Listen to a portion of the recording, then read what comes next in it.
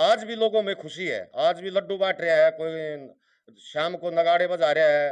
बड़ी खुशी की लहर है, खुशी की अभी लहर दूर नहीं हुई है। आने वाला चुनाव ऊपर से आने लग रहा है, उसकी तैयारी कर रहे हैं। डॉक्टर साहब, मैं ये कहूंगा, जो 56,000 की जो जीत हुई है, भाई दीपेंद्र हुड्डा की जो जीत हुई है बेरी हल्के से, डॉक्टर कात्यायन की जीत उससे ज्यादा होगी।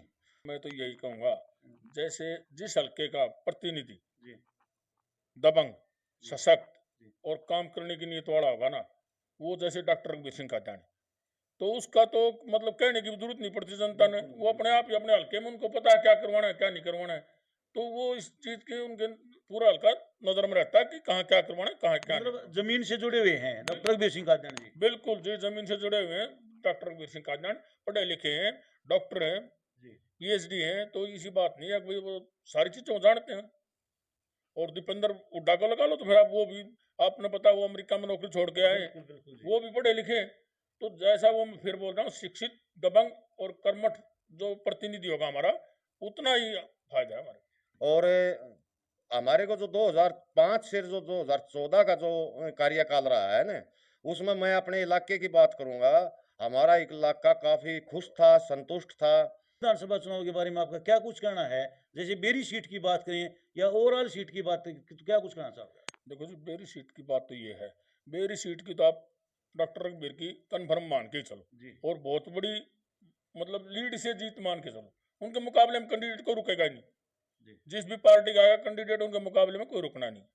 बाकी ओवरऑल ये जैसे बीजेपी वाले नारा देते थे 400 पार का, हम बता देंगे अभी 80 पार का। विधानसभा में 90 सीट है तो कांग्रेस की 80 पार आएंगी। तो 80 पार तो फिर तो दूसरी पार्टियां तो साफ कर दोगे आप। तो यही देख लो ना जी, बिल्कुल जिस तरह आप पार्टी ने कर हाजरा गांव में पहुंचे हैं, जैसे कि आप तस्वीरों में देख पा रहे हो, राजवीर दबास जी हमारे साथ हैं।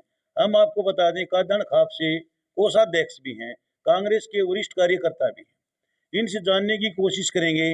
विधानसभा चुनाव नजदीक हैं, लोकसभा चुनाव में बहुत भारी मतों से हुई है, तो इनसे जानने की कोशिश करेंगे लोग विधानसभा चुनाव में क्या रहने वाला है। नमस्कार जी कोषाध्यक्ष जी। नमस्कार जी, और आपके चैनल से देखने वाले सब दर्शकों को मेरी तरफ से हाथ जोड़ करके नमस्कार। सर हाँ जी सर, बात करते हैं। सबसे पहले आप एक वरिष्ठ कार्यकर्ता हो कांग्रेस के, तो आपको दीपेंद्र हुड्डा की जीत पर सबसे पहले शुभकामनाएं। मैं सबसे पहले पूरे रोहतक हल्के की जनता को दीपेंद्र हुड्डा की जीत पर हार्दिक शुभकामनाएं देता हूँ। सर क्या कारण है इतनी बड़ी जीत हुई और इतनी लोगों जो एक्सपेक्टेशन थी, उम्मीदें थी, उम्मीदों से बढ़ के जीत हुई है 3.5 लाख, लगभग 3.5 लाख के करीब। तो क्या कारण है एक तरफा जीत का? देखो जी, एक तरफा जीता ये कारण है, आज के टाइम पर दीपेंद्र हुड्डा के मुकाबले में कोई नेता नहीं है। अगर रास्ते में कहीं जा रहे हैं, कोई प्रोग्राम कहीं पर कर रखा है, रास्ते में एक बच्चे ने भी हाथ दे करके ये बोल दिया हुड्डा साहब ये काम होना है, छोटा बच्चा वोटर की बात क्या है दिल्ली में, तो हम भी कर देंगे, हरियाणा में क्यों नहीं कर सकते, हम भी कर देंगे हरियाणा में। तो मतलब एक तरफा चुनाव होने वाला, आपका कहना मतलब यही है। देखो जी, जैसे अभी अभी आपने देखा, वो थोड़े बहुत मार्जिन से जो ये हमारी 5 क्यों थी ज्यादा आती कांग्रेस की सीट, वो थोड़े थोड़े मार्जिन से कई सीटें ऐसी हैं, थोड़े मार्जिन से हार जीत का हो रहा है जी। और अभी हमने माहौल देखा है, तो उसमें तो यही रहने वाला जी। वो इनके 400 पार थे, हमारे 80 पार है। तो डॉक्टर साहब ने जैसे काम भी करवाए हैं पीछे, तो मतलब इसने पिछले जो तुलना करें और आज की जो तुलना करें, क्या मतलब कार्य देखते हो? देखो, डॉक्टर साहब ने अब भी विधानसभा में खूब मुद्दे उठाए हैं, लेकिन जब वहाँ वो एक तरफा ही है, बीजेपी का सारा माहौल है, जो कुछ करना है उन्हें तो वो अपनी मर्जी से करेंगे। वो तो प्रतिनिधि जो हमारे हैं, जो हमारे एमएलए हैं हमारे हल्के के, उन्होंने तो आवाज उठाने में कसर छोड़ी नहीं। हर स्टेज पर सदन में भी, मतलब सरकार होती तो आज एक अलग माहौल होता है। बिल्कुल जी, सरकार होती तो अलग माहौल होता, इसमें कोई दो राय नहीं। अब ये कह देते हैं जी हुड्डा न रोहतक रोहतक में, अभी आप ये देख लो ना, दुष्यंत को थोड़े दिन मिला था, ये एयरपोर्ट हिसार में उठा करके बना दिया, कितना लगा दिया, तो अपने हल्के में तो कोई करेगा नहीं करेगा, ये बताओ। और इतना तो हुड्डा साहब ने किया भी नहीं, हुड्डा साहब ने तो तकरीबन पूरे हरियाणा में बराबर किया है, इन्होंने तो क्लियर कर दिया। जबकि पहले एयरपोर्ट का यहाँ हमारे रोहतक में ही कई सर्वे हुआ था, ये मैं बड़े एरिया में, लेकिन उठा करके अभी ये ले गए ना वहाँ। देखो जो सब लुभते हैं, लेकिन ये मैं नहीं कहूंगा अगुआ हमारे रोहतक के लिए लुभे, इस बात को नहीं कहता मैं रोहतक के लिए लुभे, उन्होंने तो पूरे हरियाणा में ही बराबर काम किया है। तो जिस तरह पहले कार्य किए हैं हुड्डा साहब ने, यदि सरकार आती है अभी, जैसे अब 80 पार का नारा दिया है, तो क्या जो पहले वाली रफ्तार से काम करेंगे या कुछ बढ़ चढ़ के काम करेंगे? देखो जी, क्योंकि बहुत टाइम बाहर रह लिए, वो तो जो काम पीछे के पड़े हैं, 10 साल के पड़े हैं, उनको भी पूरा करना है। और जो नए वाले हैं उनको भी, जो नई योजनाएं हैं उनको भी सिरे चढ़ाना है। काम बहुत ज्यादा हो जाएगा। अब जो गवर्नमेंट आएगी उसके ऊपर, पिछले पड़े हैं अधूरे उनको पूरा करना, और नई योजनाएं हैं उनको अमल में लाना। डबल मान के चलो, डबल से भी ज्यादा ज्यादा काम होंगे। ज्यादा काम होंगे। जब अन्य ग्रामीण हमारे साथ हैं, आपका परिचय सर? महावीर जी माजरा से ही हो? तो जैसे इतनी बड़ी जीत हुई है कांग्रेस की लोकसभा में, तो क्या कुछ कहना चाहोगे आप? कहना कि डॉक्टर साहब का इनका रवैया बढ़िया है, इनकी छवि है, इन लोग मानते हैं। ठीक, मतलब लोग साहब ने काम करवाए हैं, विकास कार्य करवाए हैं। तो विधानसभा चुनाव को आप किस तरह देखते हो भाई? 85 पार मानो हूँ।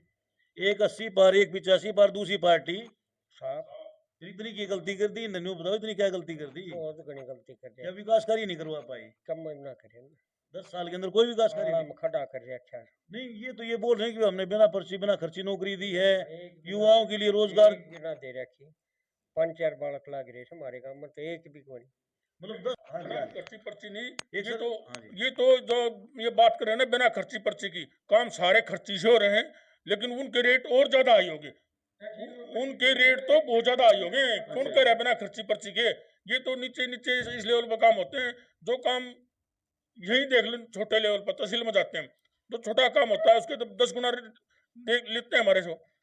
कोई भी बैठा है वहाँ बगैर खर्ची के तो काम हो ही नहीं रहा। नहीं, जैसे नौकरियों की बात चल रही है जी, वो तो एक प्रशासन की बात अलग है, लेकिन नौकरियों की बात चल रही है। नौकरियों में भी सेम कंडीशन है जी, बिल्कुल। अच्छा। अभी आप किसी साइड में देख लो, कोई एग्जाम होता है, कंपटीशन का होता है या किसी चीज का भी होता है, उसमें सारा सौदा यही पैसे चल के पेपर आउट हो जाता है, वो खर्ची हुई क्या हुआ?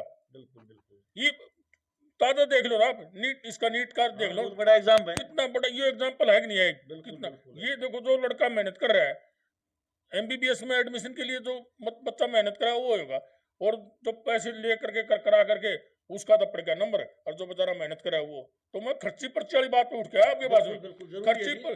खर्ची पर्ची तो बढ़ रही है जी, बिल्कुल। वो उसका है ना, वो चेंज कर दिया सारा सब। नौकरी लगे हैं जी, जैसे हम बात करें 10 साल की बात करें, 10 साल में मेरे घर में 8-10 बालक लग गए। मतलब 2 पंचायत हैं, हाँ, 2 पंचायत में 8-10 ही मिले हैं। 20 लाख के होंगे बस, इससे ऊपर लग गया कोनी और गांव में। और अब जो 10 साल का कार्यकाल है, इसमें मायूसी है हमारे लोकसभा क्षेत्र में ही, पूरे में। बेरी हल्के की अकेले की क्या बात करूं, पूरे लोकसभा क्षेत्र में काफी मायूसी है, रोजगार के लिए या और किसी काम के लिए। सब जो है ना, काफी मायूसी में पूरा क्षेत्र है। अब 2024 का जो चुनाव है, इसमें लोकसभा चुनाव में प्रत्यक्ष दिखा दिया है, और अब जो विधानसभा का जो चुनाव होने जा रहा है उसमें आप देख लेना, अभी दिखाई दे रहा है ये हुड्डा जी की जो जीत हुई है, इससे तो कुछ मायूसी दूर हुई है? जो इतनी बड़ी जीत हुई, इससे कुछ मायूसी दूर हुई काफी काफी खुशी की लहर है। अच्छा जी। पूरे लोकसभा क्षेत्र में लोगों में काफी उत्साह बढ़ा हुआ है, रोजाना खुशी की जीत की जो है ना लहर है। भाई दीपेंद्र हुड्डा जी को काफी उसकी नियति पर काफी सराहना करता हूं मैं। अगर तो पिछला जो चुनाव था, उन्होंने बड़ी सूझबूझ से, बड़ी सहनशीलता से पब्लिक को जमाए रखा, बनाए रखा, और जो अपनी हार थी उसको स्वीकार कर लिया जी। किसी तरीके से भी किया, हार को स्वीकार कर लिया। लेकिन उसी दिन से पब्लिक में हर रोजाना जोश बढ़ता गया, जो अगले चुनाव में देखेंगे, अगले चुनाव में देखेंगे, और एक के पीछे एक के पीछे एक जब जुड़ते 2024 में तोड़ पाड़ दिया, जो गुस्सा था 19 का गुस्सा 24 में निकल गया। निकाल दिया। भाई दीपेंद्र हुड्डा जी के चेहरे पर जो 2019 के चुनाव में जो मायूसी थी, उसको बिल्कुल खत्म कर दिया, लोगों में भी खत्म हो गया। और अब कहने लगे चलो 2024 का जो लोकसभा का चुनाव था उसमें तो किया वो किया, अब विधानसभा के चुनाव में हम पूरा का पूरा प्रमाण दिखा देंगे। 76 पार की तो मैं अपने अपने अंदाजे से बता रहा हूं मैं। लोग तो कह रहे, कोई 80 पार कर रहा है, कोई 85 पार कर रहा है, कोई कह रहा है कि तो 1987 की जो चौधरी देवीलाल की जो जीत थी वो जीत होने वाली है। लेकिन ये मैं भी कहूंगा 90 की 90 विधानसभा सीट जो हैं उनमें परसेंटेज के हिसाब से कांग्रेस को डबल बढ़त होनी है जी। किसी इलाके में भी जाएंगे तो उसमें। और बेरी हल्के की मैं बात जो रखूंगा, अब जो लोकसभा के चुनाव में जो परसेंटेज के हिसाब से जो 90 के 90 विधानसभा क्षेत्रों में बीजेपी को परसेंटेज के हिसाब सबसे कम वोट मिली है। जी और यही विधानसभा चुनाव की मैं बात करूंगा, 90 के 90 हलके में परसेंटेज के हिसाब से बेरी हलके में बीजेपी को सबसे कम मतों से चुनाव होगा। और डॉक्टर कात्यायन के पक्ष में जो है ना पूरा का पूरा क्षेत्र है, हमारा गांव तो एक तरफा है। मतलब बात करनी हाँ, होती उसकी बता रहा हूँ मैं आप वही। तो वहां जाकर क्या होता है, उसके साथ में एक आम सैनिक जैसा व्यवहार नहीं होता है। जैसे बंधुआ मजदूर होते हैं वो हो जाता है, वो फिक्स सैलरी है उसकी, जी फिक्स सैलरी है उसकी, फिक्स सैलरी। पता चला क्या क्या काम करेगा वहाँ, कुछ नहीं। यही बात है भाई, तेरे तो 4 साल पूरे करके जाना है। जी और वहां जो ये कह रहे हैं ना, अभी 10 ये 4 साल की कर दी, 4 साल के बाद में वहाँ सेटिंग करने के लिए जो पैसा मिलेगा ना, वो जो पैसा दे देगा वो 4 साल के बाद सेटिंग हो जाएगा वहाँ। नहीं 7 साल की बात आली सर तो 7 वाली तो ये तो अभी कोई ऐसा है ना, इसको आप ये समझ लो बस जैसे मर्जी कह दो, अब इसको कन्फर्म नहीं मान सकते। इसको तो कन्फर्म, वो तो हम कैसे मान लें कन्फर्म। जी बिल्कुल भाई ये कहते हैं भाई 7 साल की है, परसेंटेज 60 करेंगे, ये तो सुनी सुनाई बात नहीं है, तो हो जाएंगे तब की बात है। हाँ, होने के बाद होने के धरातल बाद पर में पता चलेगा। किए मैंने। लेकिन जो 4 साल आदमी ये सोचा था 4 साल के बाद जाना है यहाँ से, तो उसमें वो जो एक जो जीडी पहले जो भर्ती होकर चला रेगुलर भर्ती होकर जाता है, उसमें भावना दूसरी होती है। अच्छा भाई हमने तो देश से 15 साल तो पूरे कम से कम मैक्सिमम करने ही करने हैं। लेकिन 4 साल वाला तो ऊपर जो बैठे हैं अधिकारी उनके और सिरदर्दी हो जाती है, वो अपने 4 साल में जाना है, हमने क्या करना है। जी ये दूरी नहीं थी। तो अब ये 4 साल की या 7 साल की करने के बाद क्या आपको ऐसा लग रहा है कि जो मतलब सलूट मारेगा, बिना वजह सलूट मारेगा, वही आगे बढ़ेगा? बिल्कुल सही कह रहे हो आप, क्योंकि इसमें इन्होंने कर दिया भाई 25% रखेंगे। 25 जो 100 बच्चे जा रहे हैं उनमें 25 रहने हैं, तो उनमें ना 100 के 100 में ये रहेगी, अब कभी 13 नंबर ना कट जाए। जय इंसाफ रहेगी उनकी। इसको ये 7 साल की करो, ये 8 की करो, ये 4 की रखो, मैं तो इसको गलत मानता हूँ। अग्नि है इसको मानता ही गलत हूँ। बच्चे का भविष्य खराब होता है, करियर खराब होता है। जो बच्चा आज नौकरी अग्निवीर की जिसने नौकरी मिल गई 4 साल करके आएगा, उसके बाद में आकर के 4 साल में जब वो पढ़ाई करके नौकरी पर चला जाता है, ड्यूटी ज्वाइन कर लेता है, 4 साल वहाँ नौकरी करेगा, आकर के 4 साल जो उसके बीच में ऐसे निकल जाएंगे, वो आकर के आगे कुछ नहीं कर सकता। बच्चा शहीद हो जाता है और उसको न शहीद दर्जा मिलता है, न कोई सुरक्षा मिलती है, न कोई प्रोत्साहन मिलता है। और अग्निवीर का नाम दे करके उसको पिताजी, अच्छे ऐसे भी कुछ लोग देखे हैं हमने, केसेस आए हैं कि पिता लड़का पहले पिताजी फौज में है, उसके बाद में लड़का अग्निवीर में सेलेक्ट हो गया, लड़का तो पेंशन आ जाएगा और पिताजी अभी भी नौकरी कर रहा है, ड्यूटी करता रहेगा। तो ये जो है, मैं तो ये चाहूंगा बच्चों का भविष्य खराब करने की बात है। अग्निवीर जो ये योजना चलाई है, इसको पूरे पक्का कर दिया जाए, सबको 25% की बजाय 100% पक्का कराया जाए, शहीदी दर्जा दिया जाए। और इसमें हमारे बच्चों के जिंदगी के साथ, भविष्य के साथ खिलवाड़ न किया जाए। मेरी यही गुजारिश है सरकार से। जो भी ये अग्निवीर है, ये 4 साल 7 साल की नहीं, पूरी पक्का किया जाए। जो है ना, मैं अपनी जान को भी न्यौछावर कर दूंगा, लेकिन मेरे देश पर या मेरे परिवार पर, मेरे गांव पर, मेरे देश पर आंच नहीं आने दूंगा। वो अपनी जान को न्यौछावर कर देता है, कर रहे। ये विश्वासघात है, मैं तो विश्वासघात मानता हूँ जिसको, कि 100 बच्चे लिए उनमें से 25 को पक्का कर दिया जाएगा। वो 75 जो है उनने मेहनत भी करी है, उनका क्या कसूर है? उनमें से कैसे छटनी करेंगे, कैसे क्या किया जाएगा? या उसके दौरान 75 में से कोई शहीद हो जाता है, तो उसके लिए अभी जो शहीद हुए हैं, पीछे शहीद हुए हैं, 4 साल के कार्यकाल वाले भी शहीद हुए हैं, उनको शहीदी दर्जा नहीं दिया गया है। मैं ये कहूँगा, सरकार से भी गुजारिश करूँगा कि उनको जो शहीद हुए हैं उनको शहीदी दर्जा दिया जाए, मान सम्मान दिया जाए, उसके माता पिता को, उसके परिवार को पूरा मान सम्मान दिया जाए, शहीदी दर्जा दिया जाए।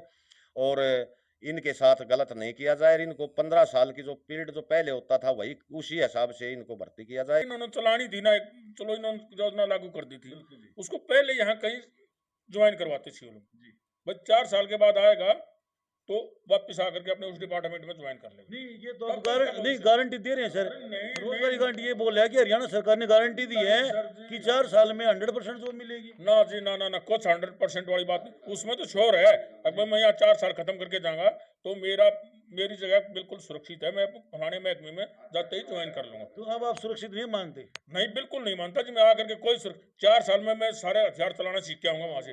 अगर मेरे को नहीं यहाँ कहीं एडजस्ट हुआ तो हथियार चला के सीख के आ रहा हूँ मैं, तो सारे काम 2 नंबर के काम में पढ़ूंगा। फिर ज्वाइन कर लोगे, 4 साल करके आ जाओ, आप इस महकमे में आ जाओ, ठीक है, तो वो तो आता थी। बिल्कुल सर।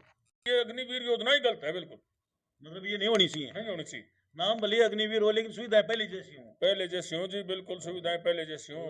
बिल्कुल जी, मैं तो मानता हूँ, मैं तो अपनी पर्सनली खुद मानता हूँ, मैं तो फौज में रह के आ रहा हूँ। जी फौज में जो कठिनाई पेश आती है उनके बारे में सारा पता है मेरे को, जो कुछ होता है। अभी 4 साल वाला, देखो जी 4 साल वाला बिल्कुल भी कितना भी क्यों नहीं अपने आप को समर्पित कर दे, जी लेकिन वो ऊपर जैसे हमारे जैसे बैठे हैं जो रेगुलर हैं, उनको भी दिक्कत आती है, अनुशासन मेंटेन करने में दिक्कत आती है। वो तो झंडी डोला फेंक दिया, 4 साल बाद जाना है, मैं 2 साल बाद चला जाऊँ भाई, ये 4 साल बाद जाने बजाय मैं 2 साल में चला जाऊंगा।